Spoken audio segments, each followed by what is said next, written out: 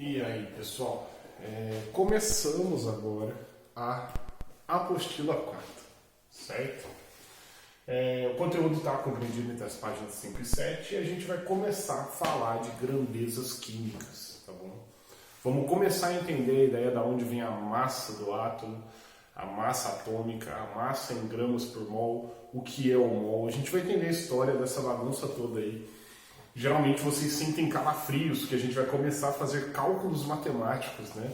Mas não precisa disso. Vocês vão perceber que se vocês fizerem a interpretação correta das grandezas químicas, vai ser bem tranquilo fazer as continhas de conversão mais para frente.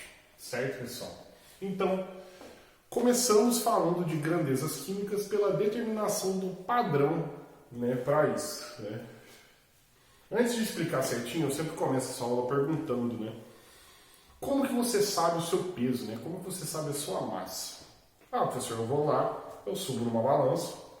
No meu caso, a balança está indicando lá 98 quilos. Então, subi na balança, indicou 98 quilos. Eu sei que eu tenho 98 quilos, porque a balança me dá esse valor. Mas como que a balança sabe que você tem 98 quilos, né?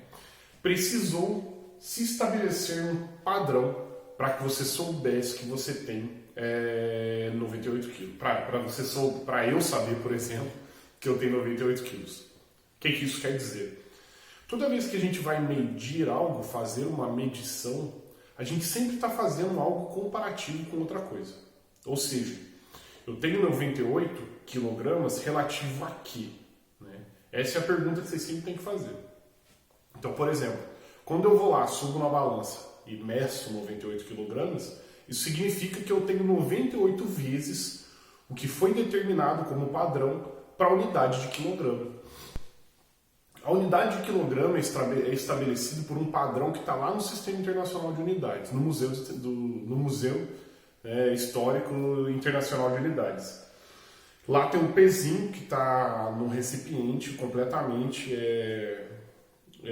a vácuo, sem bactéria, sem nada, para não sofrer nenhum tipo de alteração. Aquele pezinho é o que determina pra gente o que significa 1 quilograma. Então, quando eu digo que eu tenho 98 quilogramas, significa que eu tenho 98 vezes a massa daquele pezinho, certo? Então, sempre que a gente estiver fazendo uma medida, essa medida sempre vai ser comparativa relativa a um padrão. No caso da química, para a gente determinar um padrão para conseguir medir a massa dos átomos, né, a gente escolheu o carbono 12, né, o isótopo 12 do carbono. O que isso quer dizer? Uma unidade de massa atômica ela é equivalente a 1/12 da massa do carbono 12. A historinha do porquê esse carbono foi escolhido, vocês podem ler aí na apostila. Tem uns 3 parágrafozinhos explicando por quê.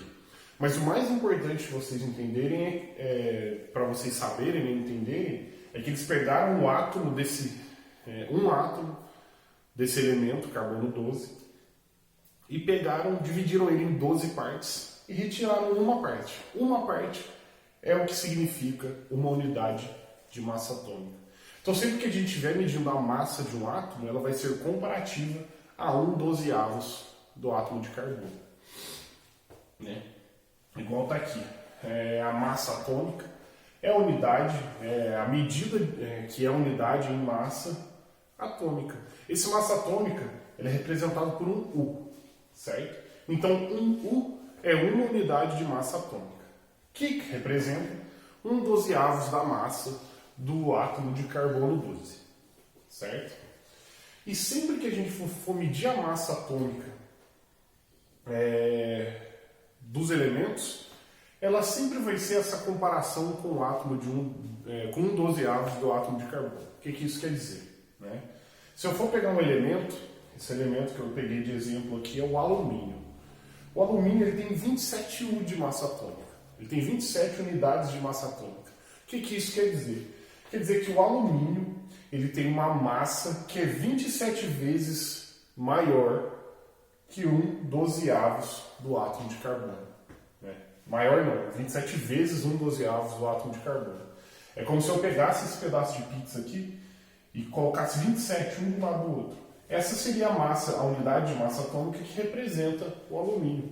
Então reparem que, assim como eu sei que eu tenho 98 quilos, porque eu tenho 98 vezes a massa do pezinho que está no Sistema Internacional de Unidades, a gente sabe que o alumínio tem 27U, porque ele tem 27 vezes a massa de 1/12 do átomo de carbono 12, beleza? Então reparem que, sempre que a gente estiver falando de unidade de massa atômica, de medida de unidade de massa atômica, ela vai ser comparativa ao U, que é 1/12 do átomo de carbono 12. Tá bom? Então isso aqui é para a gente medir a massa, por exemplo, de um elemento. Agora, e para a gente medir a massa de uma molécula? Ou para a gente medir a massa de uma substância iônica? Bem, para isso a gente também utiliza essa relação de comparação para esses elementos aqui. Tá? Por exemplo, existem duas definições. Tá? Uma é massa molecular, a outra é massa fórmula.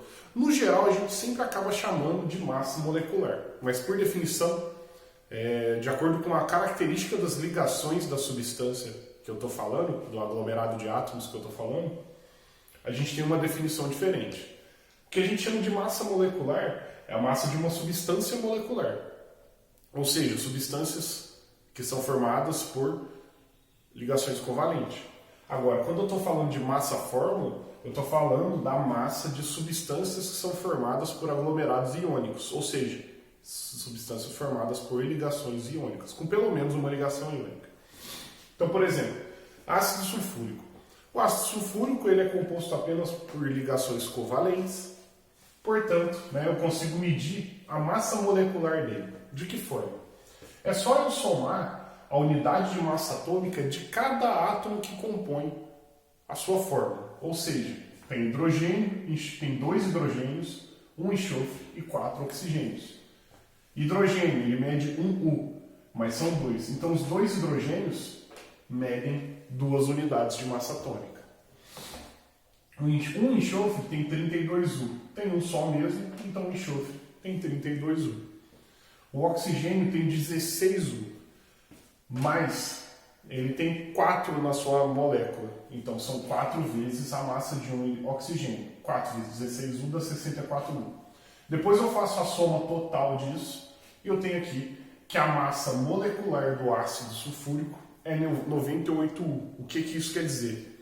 Quer dizer que a massa molecular do ácido sulfúrico é 98 vezes a unidade de massa atômica, que é 98 vezes também 1/12 do átomo de carbono. É só uma questão interpretativa, certo?